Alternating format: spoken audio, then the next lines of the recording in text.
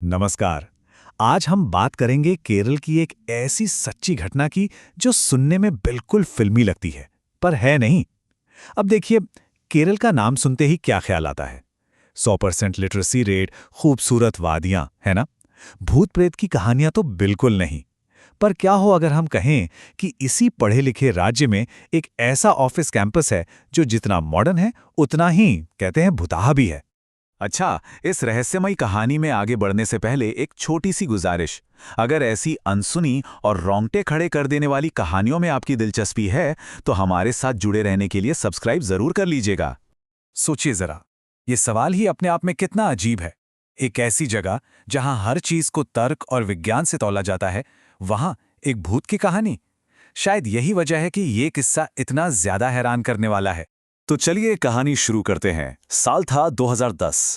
सुनील नाम का एक यंग इंजीनियर केरल के इसी टेक पार्क में अपनी नई नई नौकरी शुरू करने पहुंचा था। तो ये है हमारी कहानी का मेन कैरेक्टर, सुनील। एक मिडिल क्लास परिवार का लड़का, जिसके कंधों पर आप समझिए पूरे घर की आर्थिक जिम्मेदारियां थीं। वो अपने परिवार की अकेली उम्मीद था, और इसी दबाव में उसने एक ऐसा फैसला लिया जिसने उसकी जिंदगी हमेशा के लिए बदल दी। सुनील के काम का पहला ही दिन था। ऑफिस के गेट पर एक सिक्योरिटी गार्ड ने उसे रोका और एक बहुत ही अजीब सी, बल्कि कहूं तो एक डरावनी चेतावनी दी।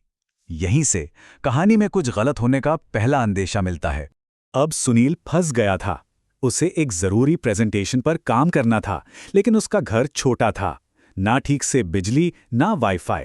ऑफिस ही काम करने के लिए सबसे सही जगह थी। तो मजबूरन उसे गार्ड की चेतावनी को नजरअंदाज करना पड़ा और उस विशाल, सुनसान ऑफिस में देर रात तक अकेले रुकना पड़ा। तो अब जरा माहौल को इमेजिन कीजिए। रात का वक्त, मीलों में फैला एक वीरान ऑफिस पार्क, और सुनील वहां बिल्कुल अकेला। जैसे ही सुनील ने घर निकलने की सोची, अजीब चीजें होनी शुरू हो गईं। सबसे पहले 13वीं मंजिल पर एक छोटे बच्चे के रोने की दिल दहला देने वाली आवाज। फिर लिफ्ट आई, पर दरवाजे बंद होकर भी वो हिली तक नहीं। जैसे ही वो बाहर निकला, लिफ्ट अपने आप नीचे चली गई। माहौल में अब डर घुलने लगा था। हिम्मत करके सुनील पिछले दरवाजे से बाहर निकला और वहां उसे एक लड़की दिखी। तालाब के किनारे अकेली बैठी रो रही थी। दोनों में बातें शुरू हुईं और करीब 1 घंटा गुजर गया। सुनील को उस लड़की से एक अजीब सा लगाव महसूस हुआ, जैसे वो उसे पहले से जानता हो। अगले दिन जब सुनील ने गार्ड से उस लड़की के बारे में पूछा, तो गार्ड ने जो जवाब दिया, उससे सुनील के पैरों तले जमीन खिसक गई। और ये था कहानी का पहला बड़ा ट्विस्ट, जिसने सुनील को अपने ही होशो हवास पर शक करने पर मजबूर कर दिया। अब सुनील के दिमाग में बस एक ही सवाल गूंज रहा था, एक खौफनाक सवाल। अगर गार्ड सच बोल रहा है, तो वो रात भर किससे बातें कर रहा था? चलिए अब अगली रात पर चलते हैं, देखते हैं कहानी आगे क्या मोड़ लेती है। सुनील के सर पर अब बस एक ही धुन सवार थी। उसे उस लड़की को ढूंढना था, और वो वापस ऑफिस पहुंच गया। सुनील ने उस लड़की को ऑफिस बिल्डिंग के अंदर जाते हुए देखा। उसे अब पक्का यकीन हो गया था कि गार्ड उससे झूठ बोल रहा है। शायद वो उसे उस लड़की से दूर रखना चाहता है। बस उसने उसका पीछा करने का फैसला कर लिया। और बात तब और भी ज्यादा अजीब हो गई जब लिफ्ट ठीक उसी मंजिल पर जाकर रुकी। 13वीं मंजिल, यानी सुनील की अपनी मंजिल। वही जगह जहां से पहली रात उसे बच्चे के रोने की आवाज आई थी। सुनील अपनी मंजिल पर पहुंचा और उसने देखा वो लड़की एक खिड़की की चौखट पर बाहर की तरफ पैर लटकाए बैठी थी। उसने पलटकर सुनील की तरफ देखा। एक पल के लिए सब कुछ थम सा गया।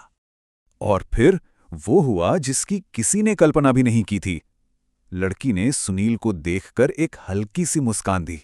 सुनील ने भी जवाब में मुस्कुरा दिया, और अगले ही पल उस लड़की ने खिड़की से छलांग लगा दी। सुनील सन्न रह गया। वो दौड़कर खिड़की की तरफ भागा। जब सुनील घबराकर खिड़की से पीछे हटा, तो कहानी का सबसे भयानक मंजर उसके सामने था।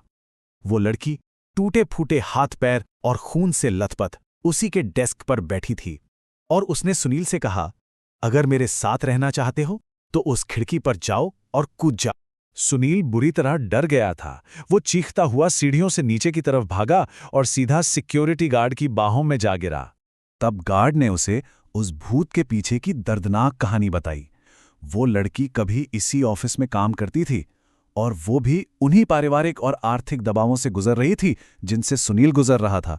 लेकिन उसने एक अलग और खौफनाक रास्ता चुन लिया था। और सबसे डरावनी बात यह थी कि सुनील पहला शख्स नहीं था। उस आत्मा ने पहले भी कई लोगों को अपनी मौत के जाल में फंसाने की कोशिश की थी, पर आज तक कोई भी उसके झांसे में नहीं आया था।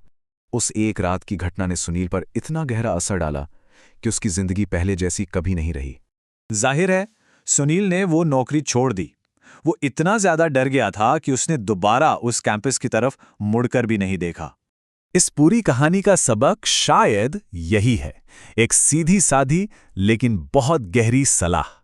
जब कोई आपको किसी खास जगह पर जाने से रोके तो रुक जाना चाहिए, उसकी कोई ना कोई वजह जरूर होती है।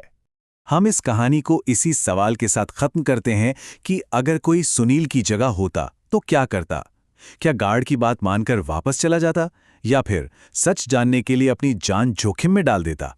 ये एक ऐसा सवाल है जिसके बारे में सोचकर भी डर लगता है।